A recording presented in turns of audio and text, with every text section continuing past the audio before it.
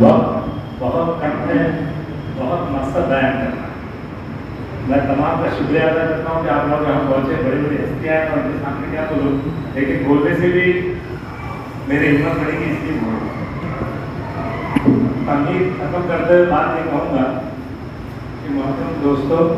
مولانا نسیم صاحب مفتاحی نہ آنے کی وجہ سے حضرت نے کہا کہ ان کا عنوان تھا کہ مراٹھواڑہ میں مولانا کی خدمات، تو میں اس بات کا گواہ ہوں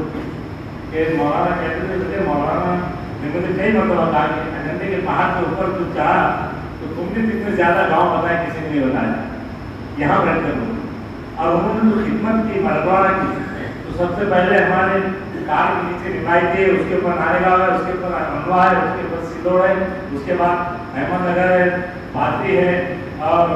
کئی مدارس ہے، اور مساجد 7,000 سے کم مولانا نے نہیں بنائے۔ میں پرسوں مولانا حضرت کو ملنے کو گیا تو مولانا نے الحمدللہ کئی لوگوں سے ملاقات کے لیے ہم جب بیٹھے مہمان خانے میں تو کشمیر کے لوگ اوپر اور نیچے تمل ناڈو کے لوگ اور بیچ میں سلوڑ کا میں نہیں تھا، تو سب سے مولانا میرے اور مجھے خاص طور پر آدھا گھنٹہ کم سے کم قریب بنایا بٹھایا، اور مقصد یہ تھا میرا بولنے کا کہ مولانا کی میں مولانا کے خاندان، مولانا کا ونش، مولانا کے وارث لوگ یہاں موجود ہے، میں نے ان سے اکیلے میں بھی کہا اور سب کے سامنے میں صرف یہ گزارش کروں گا کہ ایسے لوگ صدیوں میں پیدا ہوتے ہیں جو مولانا پیدا ہوئے، صدیوں میں۔ اور میرا دل بار بار یہ کہہ رہا ہے کہ ہندوستان میں 3-4 خاندان ایسے جنہوں نے پورے ہندوستان کو دین کا علم سے نوازا، دین کا علم زیادہ کرا۔ ایک سب سے پہلے مولانا قاسم احمد، اس کے بعد مولانا حسین احمد بردی، اور اس کے بعد مولانا غلام محمد صاحب وستانی، ان کا نام ہی غلام محمد تھا، تو انہوں نے محمد کی خدا کی قسم ایسی غلامی کی کہ خلق احمد ہر آدمی ان کو رشک کی نگاہ سے دیکھے۔ اور میں یہ کہوں گا کہ یہ تعزیتی پروگرام یہ تو ہمارے سیدھی گئی بھاشا میں چپ چپ کے تھوڑی دیر کے، لیکن ان کے خاندان والوں سے میری گزارش ہے کہ وہ سوانح غلام محمد وستانی، سوانح عمری لکھیں، جس میں جیسے علماء کرام مولانا شکر صاحب، مولانا صابر صاحب، اور مولانا بنیامین صاحب، مولانا فاروق صاحب، مولانا موسیٰ صاحب، ایسے لوگوں کے ساتھ جو مولانا کے ساتھ رہے اور ان کے واقعات ایسے ہوئے وہ اس میں جمع کرائے، تاکہ ہمارے مرنے کے بعد ہماری آنے والی نسلیں بھی ان کے سوانح پڑھے گی اور ان کو جانے گی۔ اور میں یعنی زیادہ نہیں بولوں گا، میں نے مولانا بنیامین صاحب سے کہا اور مجھے ایک بات معلوم پڑی وہاں جانے کے بعد عقل کو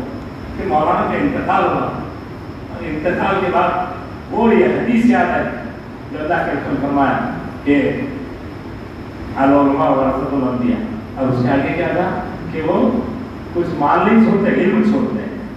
تو مولانا کے بعد بارے معلوم پڑا کہ مولانا نے نہ کوئی طلاق، نہ کوئی گھر، نہ کوئی پیسہ، کچھ نہیں چھوڑا، علم اتنا چھوڑ دیا کہ قیامت تک لوگ اس کا فائدہ ہوتے ہیں۔ میرے محترم دوستوں،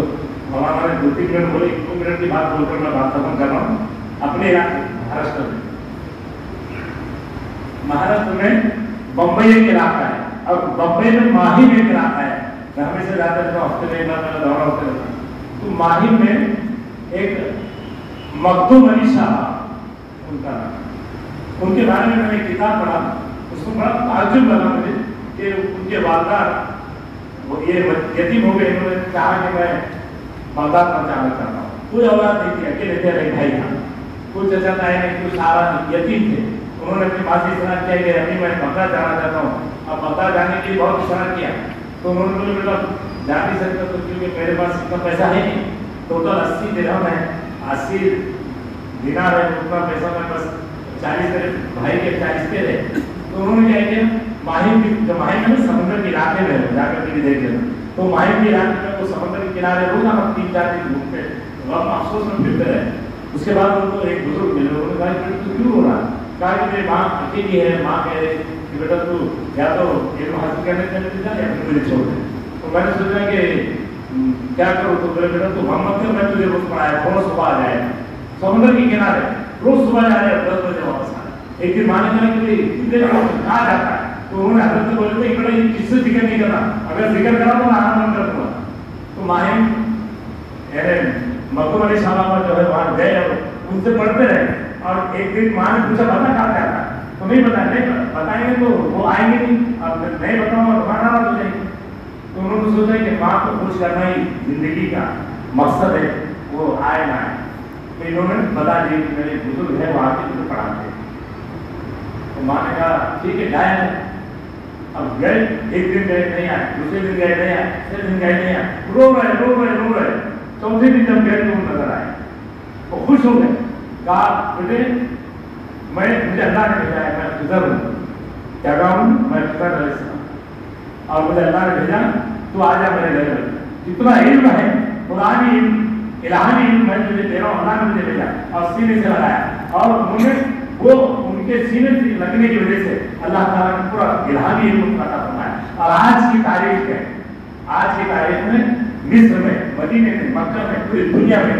تفسیر ماہی میں قرآن کی تفسیر اور کئی کتابیں انہوں نے لکھی اور آگے پڑھائی جائے. اور میں نے مولانا غلام محمد صاحب کے فرزند مولانا حذیفہ سے کہا کہ بیٹے اللہ تعالیٰ کرے کہ پورا علم جیسے رزق نے ان کو دیا تھا، اللہ تعالیٰ ویسا علم تم کو عطا فرمائے. کہا حضرت تفسیر ماہی میں پڑھتا ہوں اور ہمارے کتاب خانے میں وہ موجود ہے. اللہ کرے کہ ہم جو ہے مولانا غلام محمد صاحب کی بتائی ہوئی چیزوں پر عمل کریں. ان کے میری دعا ہے ان کے اولاد، ان کے وارث جو انہوں نے ایک کام چھوڑا بہت بڑا مدارس کا، اس کو قائم کرے، اس پر عمل کرتے رہے. اللہ ان کی